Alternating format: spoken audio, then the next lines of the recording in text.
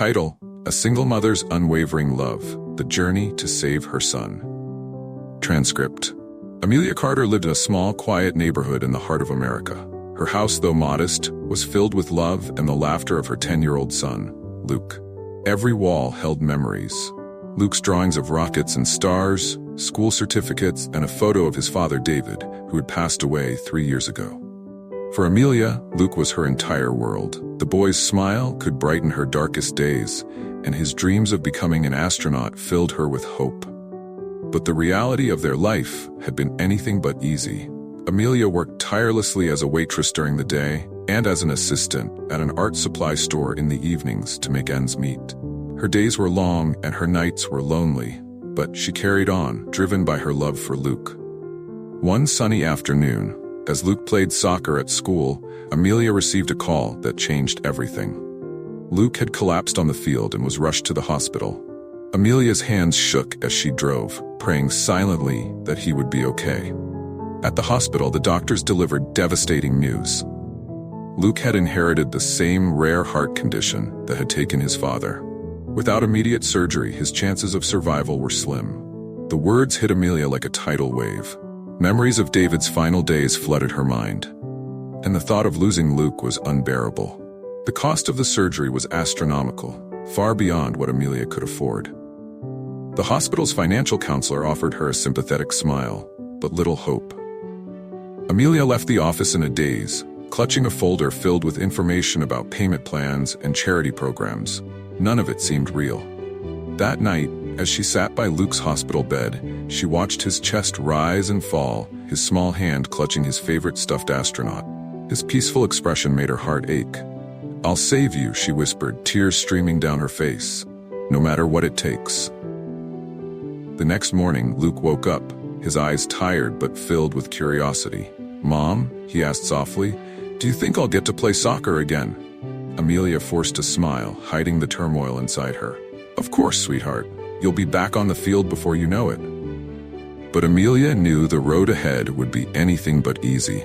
She began to work even harder, picking up extra shifts wherever she could. She sold her car and started taking the bus, canceled their cable subscription, and skipped meals to save money. At night, after Luke fell asleep, she would sit at the kitchen table, staring at the bills and hospital estimates. The numbers were staggering, and no matter how hard she worked, it never seemed like enough. One evening, as she rummaged through a box of keepsakes, she found her engagement ring, the one David had given her on a snowy evening years ago. Selling it felt like letting go of a part of him, but Amelia knew she had no choice. Amelia also turned to her art, a passion she had abandoned years ago when life became too overwhelming. Painting had always been her escape, a way to pour her emotions onto the canvas. Now it became her lifeline. She transformed their small dining table into a makeshift studio, painting late into the night. Her work reflected her emotions: hope, despair, love, and resilience. The colors were bold, the strokes deliberate. Each painting was a piece of her heart. Amelia reached out to her old art professor, Mrs. Bennett, who had always believed in her talent. When she explained her situation, Mrs. Bennett was moved to tears. "Your art has the power to touch people," she said. "Let me help you. I know a few gallery owners who might be interested in showcasing your work."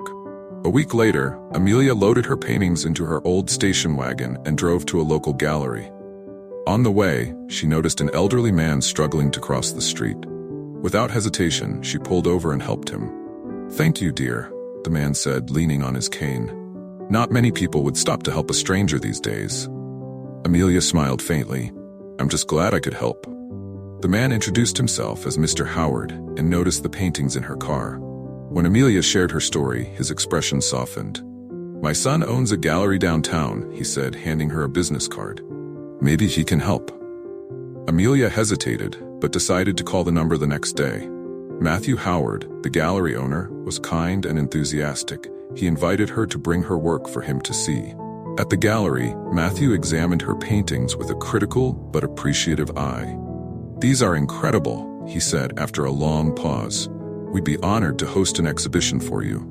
The exhibition was a success. Amelia sold several pieces, and the proceeds brought her closer to affording Luke's surgery. But despite her efforts, she was still far from the amount needed. One afternoon, while sitting in the hospital cafeteria, Amelia heard a familiar voice call her name. She turned to see Ethan, a friend from her art school days. "Amelia? Is that really you?" he asked, his face lighting up. They spent hours catching up. Ethan, now a successful artist, was moved by her story. "Let me help," he said. "I know a few collectors who would love your work." True to his word, Ethan introduced Amelia to his network. Within weeks, she sold several more paintings. Each sale brought her closer to her goal, but the clock was ticking. Luke's condition was worsening, and time was running out. Despite his declining health, Luke's spirit never wavered. One night, as Amelia sat by his bed, he looked up at her with his big, hopeful eyes. "Mom," he asked, "do you think Dad can see us from heaven?" Her voice trembled as she replied, "I think he can, sweetheart. And I know he's so proud of you."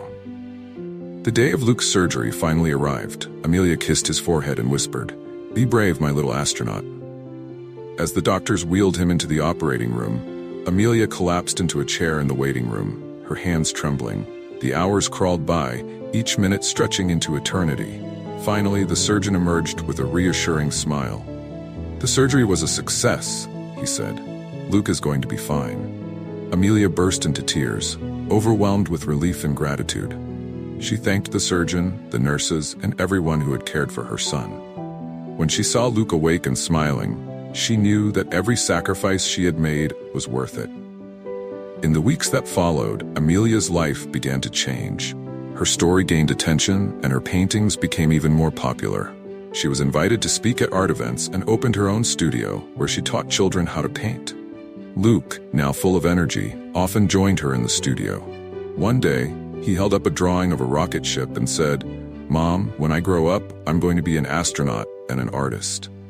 Amelia hugged him tightly, tears of joy streaming down her face. "You can be anything you want to be, my love," she said. Their journey had been filled with pain and struggle, but it was also a story of resilience, hope, and the incredible power of love. Amelia's determination and the kindness of strangers had given her son a second chance at life. Amelia's story reminds us that even in our darkest moments, we are capable of extraordinary strength.